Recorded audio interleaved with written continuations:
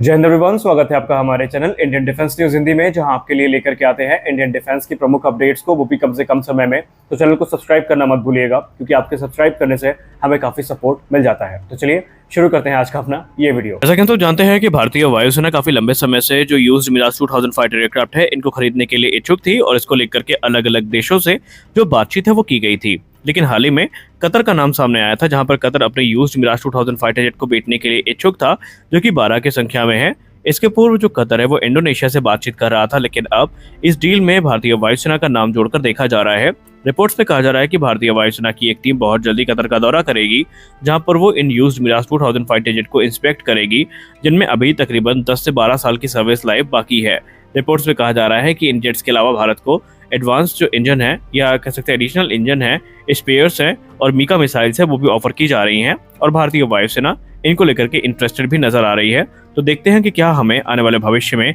Used Mirage 2000 की deal होते देखने को मिलेगी या नहीं। हम सब जानते हैं कि लाइट कॉम्बैट हेलीकॉप्टर प्रचंड में जो basically anti tank guided missile है, ये कितनी इंपॉर्टेंट है, और एलसीएस प्रचंड में हम इनके इंटीग्रेशन का इंतजार 2022 से ही कर रहे हैं, क्योंकि अलग अलग रिपोर्ट्स में ये कहा गया था कि इसमें जो इंटीग्रेशन वर्क है ये शुरू हो सकता है। तो फाइनली एक गुड न्यूज़ है, जहां पर कहा जा रहा है कि एलसीएस प्रचंड में Helina anti tank guided missile का जो इंटीग्रेशन और टेस्ट है वो इसी वर्ष के अंत से शुरू हो जाएगा, जहां पर पहले मिसाइल को इंटीग्रेट किया जाएगा और उसके बाद चरणबद्ध टेस्टिंग हमें देखने को मिलने वाली है। हेलिना मिसाइल नाग मिसाइल का ही एक एयर लॉन्च वेरिएंट है, जिसे एसीएस प्रचंड और रुद्र हेलीकॉप्टर के लिए विकसित किया गया है। हालांकि रुद्र से इसका टेस्ट ऑलरेडी किया जा चुका है, जहां पर रिजल्ट काफी संतोषजनक थे और ये मिसाइल 7 किलोमीटर से ज्यादा दूरी तक मारक क्षमता के साथ आती है और इसमें लॉक ऑन आफ्टर लॉन्च जैसे जो फीचर्स हैं ये देखने को मिलते हैं, और ये एनिमी टैंक और आर्मर्ड व्हीकल के लिए साक्षात काल का दूसरा रूप होगी। जैसा कि हम सब जानते हैं कि चाइना लगातार अपनी ताकत को बढ़ा रहा है और एक के बाद एक जो अपने एडवांस फाइटर एयरक्राफ्ट है, इनको भारत से सटी सीमा के पास डिप्लॉय भी कर रहा है।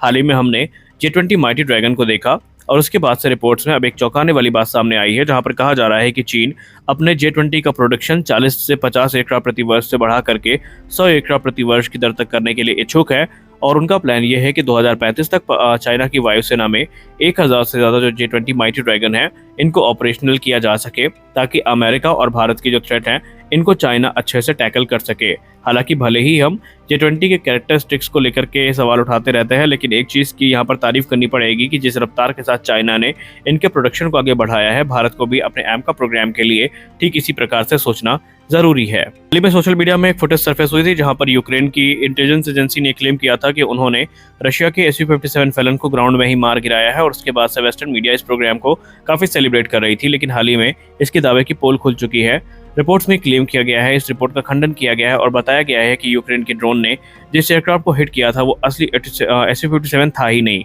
वो एक डमी एयरक्राफ्ट था, जो कि इनके जो ड्रोन्स हैं इनको कंफ्यूज करने के लिए रशिया ने बाहर पार्क किया था। क्योंकि इस बारे में बात करते हुए मिलिट्री जो एक्सपर्ट है वो तर्क देते हैं कि रशिया इतना बेवकूफ़ नहीं है कि हार्डन शेल्टर होने के बावजूद भी वो अपने FGFA को खुले में छोड़ देगा, ये जानते हुए भी कि लगातार ड्रोन अटैक का खतरा बना हुआ है। और जो पिक्चर्स सामने रखी गई हैं उनको लेकर के भी अभी जो पुख्ता प्रमाण है वो सामने नहीं आए हैं, जहां पर ये चीज़ें स्पष्ट हो सके। हमारी अगली वीडियो एमका को लेकर के आ रही है। एमका के बारे में हम सब जानते हैं कि इसका निर्माण पब्लिक और प्राइवेट सेक्टर के कोलैबोरेशन में किया जाना है, लेकिन यहाँ पर एक चिंताजनक खबर सामने आई है, जहाँ पर बताया जा रहा है कि शायद अब ये प्रोग्राम सिर्फ पब्लिक सेक्टर के द्वारा ही आगे बढ़ाया जाएगा, क्योंकि इस प्रोग्राम में सम्मिलित होने वाली जो संभावित प्राइवेट कंपनियां हैं वो इसको लेकर के कॉन्फिडेंट नहीं है, और उनका यह मानना है कि इसमें रिटर्न टू इन्वेस्टमेंट काफ़ी कम है और उनके पास अभी इतना अनुभव नहीं है कि वो एमका जैसे एडवांस फाइटर का निर्माण कर सकें, और इसी बात के डर के चलते वो आगे इस प्रोग्राम में नहीं आ रहे हैं। यानी कि अगर सब कुछ सही ना बना हुआ और आम सहमति ना बनी तो फिर HAL जैसी संस्थाओं को इसकी जिम्मेदारी आगे